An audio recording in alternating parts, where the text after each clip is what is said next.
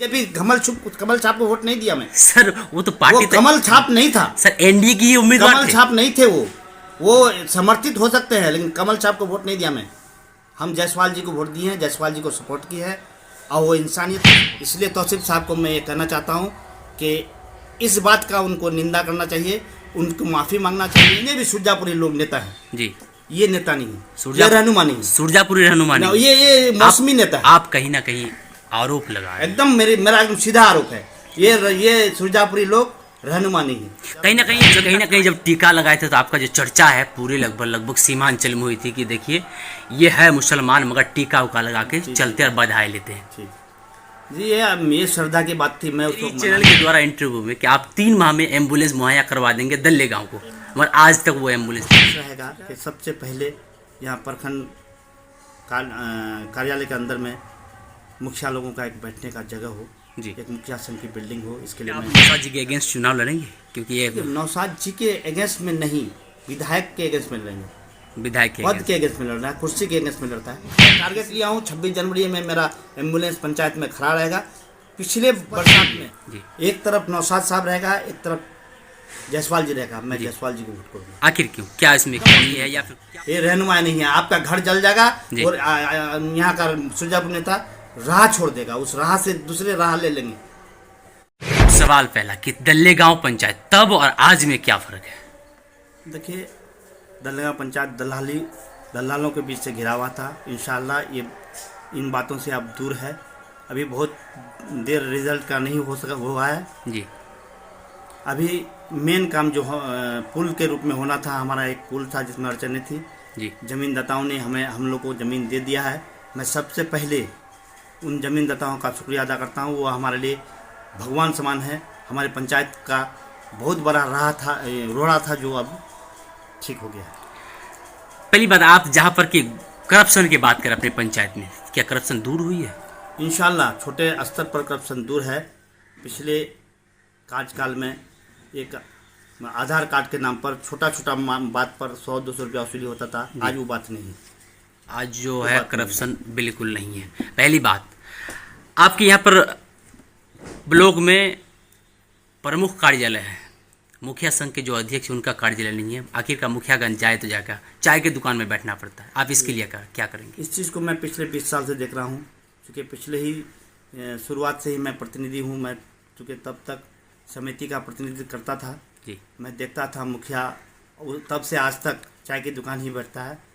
मेरी कोशिश है, पहली कोशिश रहेगी मुखिया संघ बनने के बाद कि हमारा एक मुखिया संघ का बिल्डिंग हो जिसमें सारे प्रतिनिधि वार्ड, सारे पंचायत के, सारे प्रखंड के वार्ड मेंबर आएँ तो उसको एक जगह मिले, वो एक जो है जगह मिले। पहली बात, जब प्रमुख की चुनाव हुई थी, एक जो आपके और आपके संघ के एक जो मुखिया है उनका फोटो काफ़ी वायरल हुई थी। कहीं ना कहीं आप एक किसी के घर गए थे और टीका लगाए थे, वो बिल्कुल फोटो चर्चा का विषय था। आप क्या सफाई देना, क्या खंडन करना? ये खेद वाली बात है जी। ये हमारे कौम में, इस्लाम धर्म में जी मनाही है जी। फिर लगाए क्यों सर? श्रद्धा की चीज़ था जी। किसी ने अचानक लगा दिया, मना भी नहीं कर सकते थे जी। लेकिन मुझे नहीं पता था मेरा इतना दुश्मन है, इस तरह से वायरल किया। ऐसे सैकड़ों नेता जी इस तरह का काम किया। मैं अभी आपको फोटो दे सकता हूँ जी, आपके ठगुन का, जो हजारों नेता ऐसा। कहीं ना कहीं जब टीका लगाए थे तो आपका जो चर्चा है पूरे लगभग सीमांचल में हुई थी कि देखिए ये है मुसलमान मगर टीका उका लगा के चलते और बधाई लेते हैं जी। ये श्रद्धा की बात थी, मैं उस वक्त मना नहीं कर सकता था जी। मैं जानता था कि ये गलत है। क्या भाईचारगी के तौर पर लगाए थे? जी जी, ये भाईचारगी था जिसको मैं रोक नहीं सकता था उस वक्त। और ऐसा कई नेताओं ने किया है, उसकी चर्चा नहीं हुई, मेरा चर्चा हो गया। आखिर क्यों? शायद मुझ में कुछ बात है।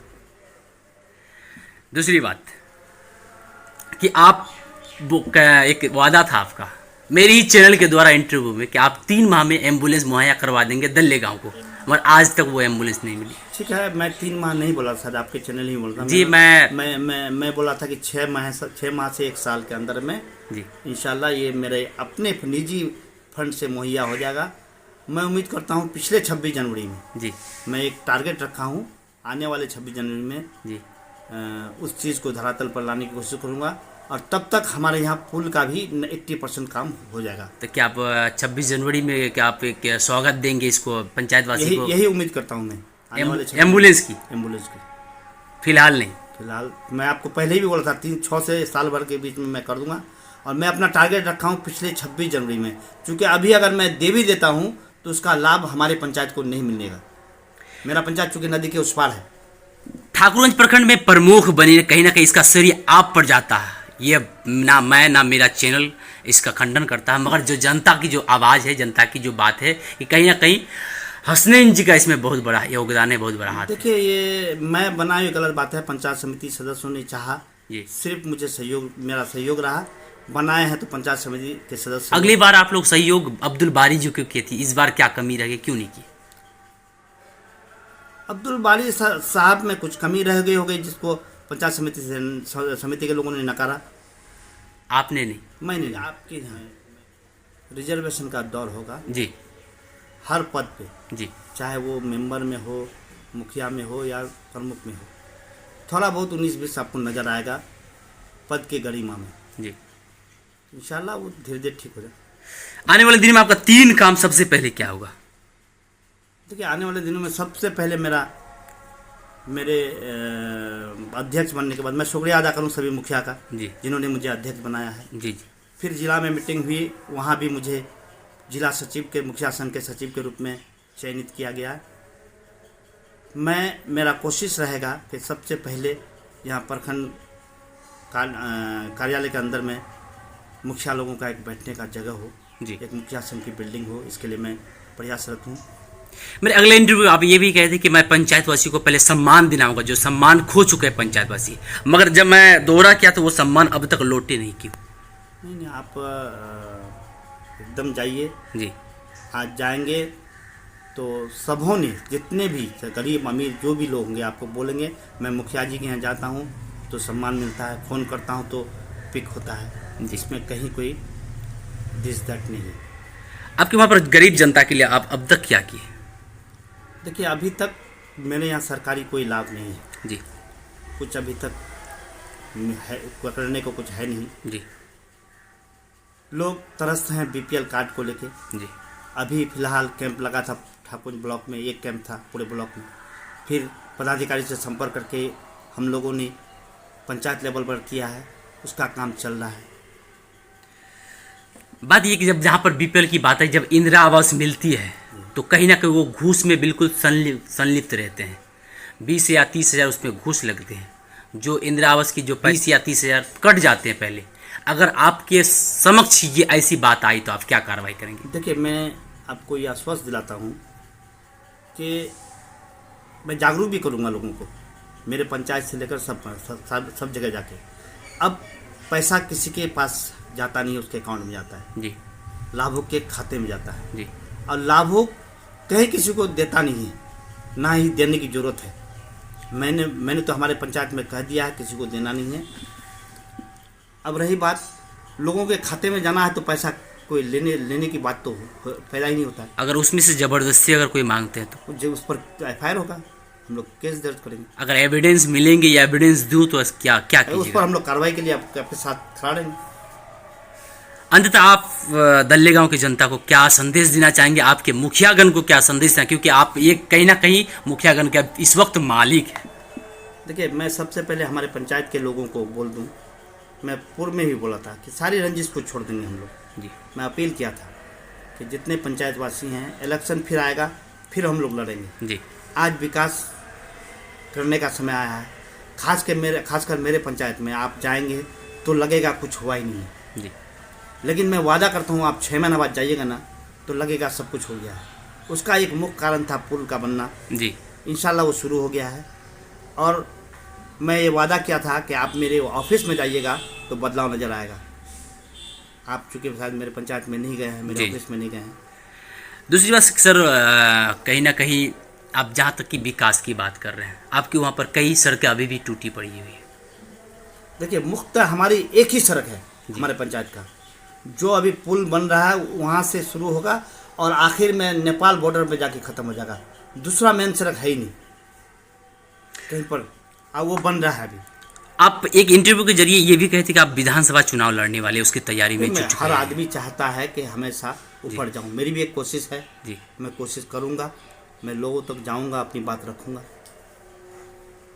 क्या आप नौशाद जी के अगेंस्ट चुनाव लड़ेंगे? क्योंकि ये नौशाद जी के अगेंस्ट में नहीं, विधायक के अगेंस्ट में लड़ेंगे। विधायक के पद against। के अगेंस्ट में लड़ना है, कुर्सी के अगेंस्ट में लड़ता है।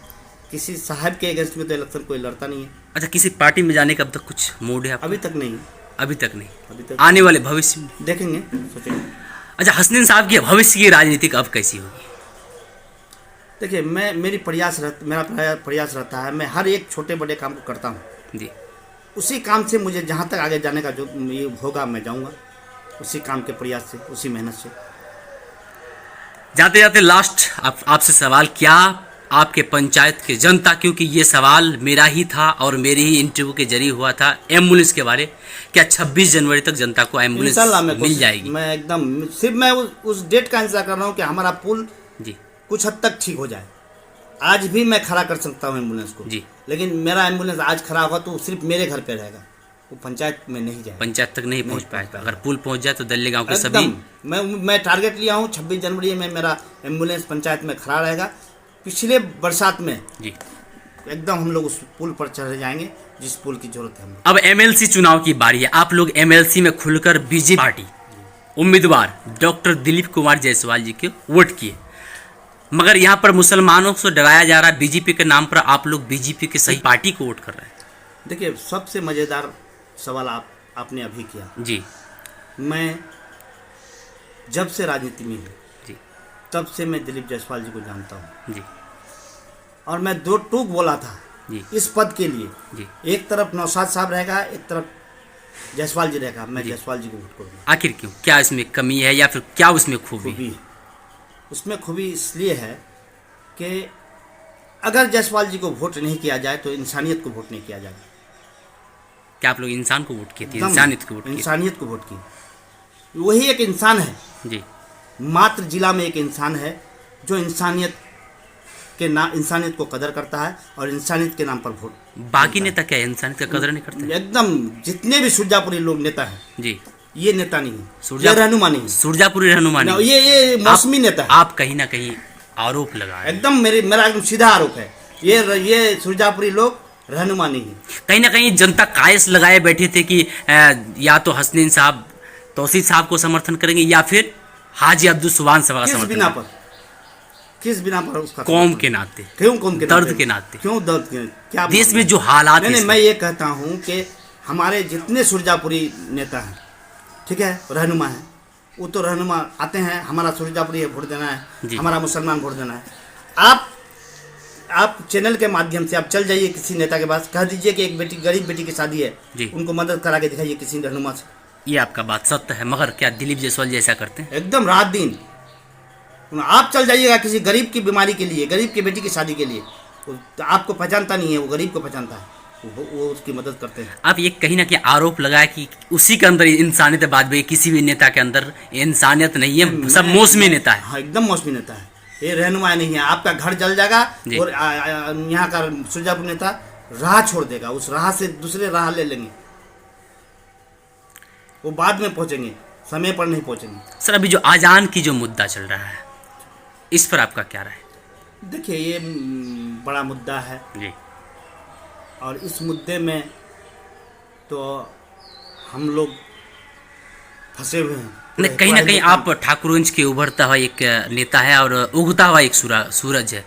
जनता की जो समक्ष बात रखी गई और जनता जो बात बताए उसी चीज़ को दोहरा रहा हूं। जब ऐसी बात आई है एनआरसी मुद्दे में, शायद हम भी रैली लेके सबसे आगे थे। जी, शायद आपको मालूम होगा। जी जी। जब ऐसी बात आएगी तो हम लोग तो इसके खिलाफ हैं। जो हमारे हक को छीनने की कोशिश करेगा, तब हम तो, अगर उसमें जायसवाल जी आरे आएंगे तो हम लोग उसका विरोध करेंगे। जायसवाल जी जहाँ तक की वोट देना हुआ, मगर एक नेताओं कहीं भी चुनावी मंच में, इस बार एमएलसी चुनावी मंच में मैंने सुना कि जायसवाल जी जो है एएमयू फंड के लिए रोड़ा बना हुआ है। देखिए, ये कितना सत्य, आप कितना सत्य मानते हैं? मैं नहीं मानता हूँ। नहीं मानता। किसी व्यक्ति पर आरोप लगाना गलत है। अगर हमारा सहयोगी कांग्रेस था जी। अगर हमारा सब कुछ कांग्रेस करता था तो आपको पता है ये जमीन कब दिया था एएमयू को बिहार सरकार ने? उसके बाद कितने दिन कांग्रेस की सरकार रही? 10 साल। क्यों नहीं दिया वो फंड? सिर्फ बीजेपी या बीजेपी वालों को मतलब आरोप लगाना गलत बात है। आप लगभग सभी नेता यही कह रहे हैं कि मेरे सरकार रहते हुए हमको नहीं मिला फंड, तो हम क्या उम्मीद करते हैं कि बीजेपी हमको देगा फंड? जब कांग्रेस के लिए हम जान दे सकते हैं, वो हमारा एएमयू का फंड रिलीज नहीं किया, तो हम किस उम्मीद से बेसी उम्मीद करेंगे बीजेपी पर? ये भी तो आपका मानना है कि इसमें बीजेपी का कोई हाथ नहीं है या फिर दिलीप जायसवाल नहीं होगा? ऐसा बात नहीं, हम इनकार नहीं करते हैं जी कि बीजेपी का हाथ नहीं है। हम लेकिन एक सवाल करते हैं कि जब कांग्रेस हमको नहीं दिया फंड, जमीन लेने के लिए हम लोग जमीन के लिए हम लोग जान देने के लिए तैयार थे, लोग रोड पे चले गए, रेल ट्रैक पे चल गए। जब जमीन मुहैया कर दिया बिहार सरकार, तब कांग्रेस क्यों सोच गई? उसी वक्त पैसा दे देना था उसको।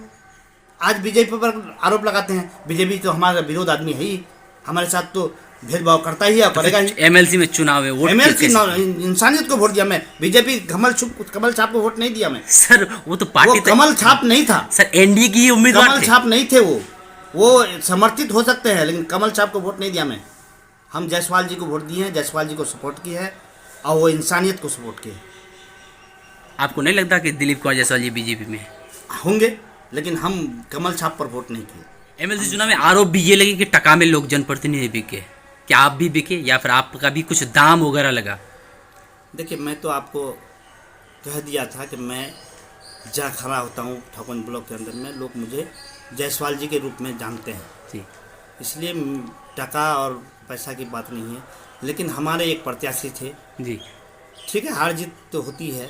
मुझे बहुत दुख तब हुआ था जी, जब हमारे प्रतिनिधियों पर उन्होंने आरोप लगाया था कि सबों ने पैसा लिया, मुखिया पर 25,000, 50,000 जिला परिषद पर, 10,000 मेंबर पर, पंचायत समिति 20,000 पर, ऐसे करके आरोप लगाए थे हमारे पूर्व के प्रत्याशी तौसीफ आलम साहब ने, जिन्होंने ये गंदा काम किया। मैं इनका घोर निंदा करता हूँ। कोई प्रतिनिधि जी, अगर पैसे वाली बात होती तो तौसीफ बगल में था, पैसा लेके उसको वोट देता था। क्या उसके पास कोई आदमी गया था कि आप हमको पैसा दो, हम आपको वोट देंगे? अगर पैसा पर वोट होना था तो बगल से जाके ले आता। इसलिए तौसीफ साहब को मैं ये कहना चाहता हूँ कि इस बात का उनको निंदा करना चाहिए, उनको माफ़ी मांगना चाहिए। और जो भी वोट किए हैं जनप्रतिनिधि, वो आम आदमी नहीं थे, वो इंसानियत को वोट किए हैं। मैं फिर आग्रह करता हूँ कि अगर तौसीफ साहब इस बात का माफ़ी नहीं मांगेंगे जी, तो आने वाले समय में उनको बहुत नुकसान होगा। सीधी सी बात, इंसानियत की वोट की। इंसानियत को वोट जाते जाते आप दल्लेगांव की जनता को क्या संदेश देना चाहेंगे? मैं खासकर अपने दल्लेगांव वासियों को यही कहूँगा कि इलेक्शन के इससे दूर रह के एक साथ होके हम लोग काम करेंगे और मेरा सहयोग कीजिए आप लोग। मैं हर चीज़ के लिए खड़ा रहूँगा, चाहे मेरे सपोर्टर हों ना हो, जिन पर भी आफत विपत्ति आएगा मैं तत्पर हूँ। जब आवाज़ देगा मैं खड़े रहूँगा। आप अपना हेल्पलाइन नंबर जारी करेंगे इसके लिए? मेरा एक लाइन है, मेरा एक नंबर है जो हम समझते हैं 15 साल से मेरे पास है जी। वो मेरे गांव के, मेरे पंचायत के हर बच्चे के पास वो नंबर है। वो नंबर कभी बंद नहीं रहता, 24 घंटा खुला रहता है।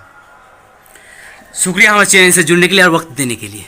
शुक्रिया। बा बर्बाद हंगलो बा का बर्बाद हंगलो रे तिमक रेगे कोबो हाँ कोमरे रे करे रे तिमक रेगे कोबो हाँ कोमरे अगला बार से तो भूल नहीं का बा हाँ बोलो ना अपना असली यार नी बा उला बात है के काम दाम मुखिया बताहन मोर फंडो रोड छे में अताहन बनाम ना इरा तो विधायक के रोड है डब्ल्यूबी वाला पगला हंगा है ना किरे बाप समझत नहीं उसो बा बर्बाद हंगलो बा का बर्बाद हंगलो रे तिमक रेगे कोबो हाँ कोमरे रे करे रे तिमक रेगे कोबो हाँ कोमरे अगला बार से तो भूल नहीं का बा हाँ बोलो ना अपना असली यार नी बा उला बात ना बोल की काम था बोल बा मोरा तंडला खस्सी अल्लाह जीरा खस्सी कदम दिन लूट मार के कुत्ताला खंगा बा गेल एकदम खंगा ती रोजा राखुस ना हाँ तो कसे करे तुम की करो मैं भोट पड़े तुम सर उला आंगनाला कुत्ताला बोले रोचे अपना एकदम शरीर खाने कुत्ताला खिलान को नहीं उला तू कुत्ताला खिलाबो तो रोजा रखबे दिन भरे कुछ नहीं खा सही बोल बा कसे नहीं कुत्ताला खिलाइस मैं मक्सद को नहीं की जान की होया तो यार आगे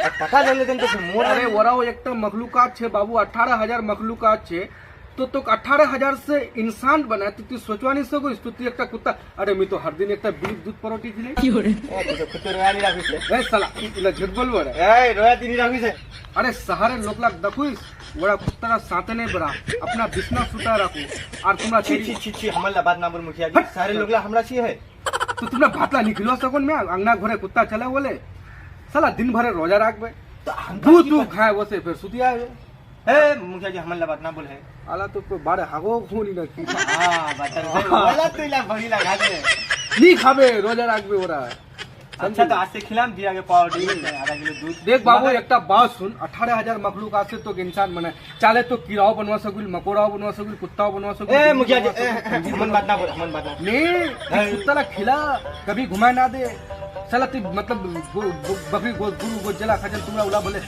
हड्डीला भले टीने ऊपर फेको जन भले रे कुत्ता लागना घोड़े रोते तो निखिलान कने नहीं तोर बकरी खाबे में हां ताऊ वाला उनी छोड़ो ना ओला चंगला नहीं आतो काय दिन वा उसा कुनु की उसा खिलाई एक के दिया दिला तो नी की जानी के हम अरे मैं तो रात करे 1-2 बजे तक सफर करू कुत्ताला देखे मुख साइड हन जा समझ लो तुम सारा लड़का ला जावे नहीं 40 साइड सीधा 8 तक हमरा 40 साइड होते 40 साइड पता है साला इछड़ा मोरा तक बेइज्जती करबे समझत नहीं बोल मु की बात आखिर लालो मुखिया जी वालुम साला की खबर बाबू तो हाँ छे ठीक है कने करे याद कर ले ठीक है उतना खोलो कि बोले 500 टका दे बोले तोर 2 दिन काम आनंद जे बोले छत्तीसगढ़ उतना दे आंधी चली अच्छा। बात करिए लो नी हां हां बात हां से। हां बात करिए नु तो ती तो खोलो कि 500 टका दे तोर काम जल्दी हन जाए तो कहां कुछ गई अरे तुमरा की कोई ई समझे ना कि इलाकी कोई हवा लाडू छे मिठाई छे जे बने रेडी हंगेल अरे पेन कार्ड में अपना सा बनवा दिस तो 15 दिन मुंबई से बने वसो इला तो खैर सरकार टका दिबे अभी बाबू 3 महीना टाइम लगबे समझ लो गाड़ नीचा पे घोड़ता बढ़ो तो फिर मैं कैसे खोलो 500 टका दे तोर 2 दिन काम आनंद जाए अरे ओला टका कमोड़ घई में है तेरी का भाला करे बात ठीक समझो है अगला बार तो इलेक्शन अरे जा हटा पिछली हंजा अगला बार धमकी ना दका उसको दिला पिछली हंजा वो विला तो ता लोक लाख लूटी रोड उड़ा भी ता कुछ नहीं बनबे समझ लेन ब्ला वसन ना समझ लेन दिमाग ना खराब करो मुखिया बनोरा अभी 3 महीना होल पता छे कमाल नो 16-17 लाख टका अरे ये कम से कम मिडा 5 साल है तो कम से कम 2-3 करोड़ टका तो अपना प्रोविडेंट है अगला बार होश नहीं छे जे लड़बे मुक्की दिक्कत छे जवा दे ये काम रास्ता मिलेगा मोक इंसाफ चाहिए लाइफ का किसन इंसाफ चाहिए तोकरे मोर दादो एकन जमीन रजिस्ट्री का बातेर घर छे उगन मोर चाचा उस साथ बेटा लग को चाहिए 5 लाख ना काट लेकिन ओरा 5 लाख काटो उधारी इंसाफ चाहिए हम सब तो इंसाफ चाहिए हां अच्छा एकटा बात बता मुखियार काम की होचे और सरपंचर काम की होचे बता दी मुखिया काम हो जाए पंचायती करना अच्छा और सरपंच काम हो जाए विकास काम करना